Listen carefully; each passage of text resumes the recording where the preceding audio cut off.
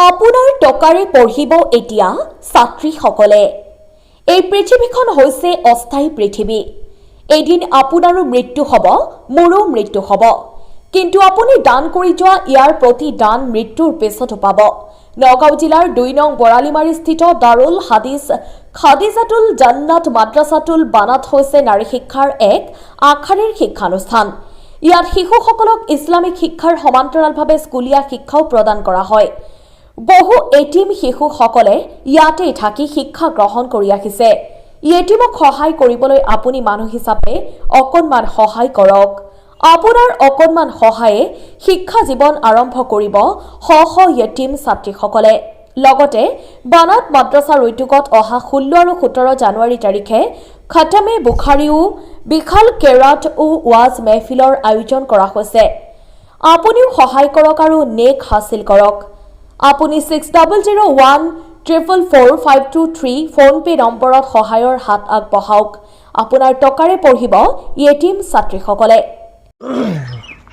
হয়, আমাৰ এই অঞ্চলৰ আচলতে ক'ব গ'লে এটা গৰীব অঞ্চল, দুখীয়া মানুহ। আমাৰ এই অঞ্চলত চাকৰি বাকৰি বহুত কম। আমাৰ এই বাহিৰত আমাৰ অসমৰ বাহিৰত শ্ৰম কৰা মানুহ বেছি। ঘৰে ঘৰে আমাৰ ল'ৰা আছে বাহিৰত শ্ৰম কৰি থাকে। তেখেতৰ নিজৰ পৰিশ্ৰমে কামাই কৰি আছে, পোহপাল দি আছে।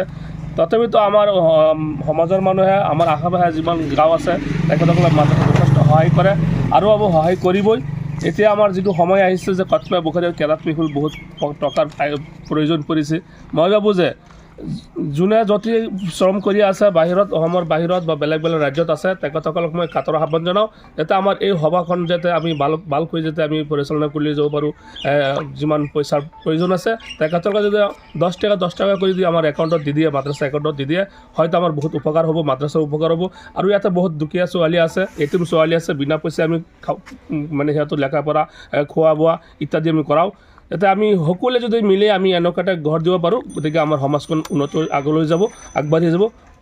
বিহাল এলেকাৰ এটা মাদ্ৰাছা বছৰে বছৰে ছাত্ৰীবিলাক ইয়াৰ পৰা ফাৰিগ হৈ আছে। ফাৰিগ হৈ বহুত এলেকাৰ এই ছাত্ৰীবিলাক, মহিলাসকলে বহুত ভাল এটা পৰিৱেশ সৃষ্টি কৰি আছে, গঢ়ি আছে। সেইকাৰণে আমালোকে মাদ্ৰাছা পঢ়াব লাগে বা দিব লাগে মাদ্ৰাছাত।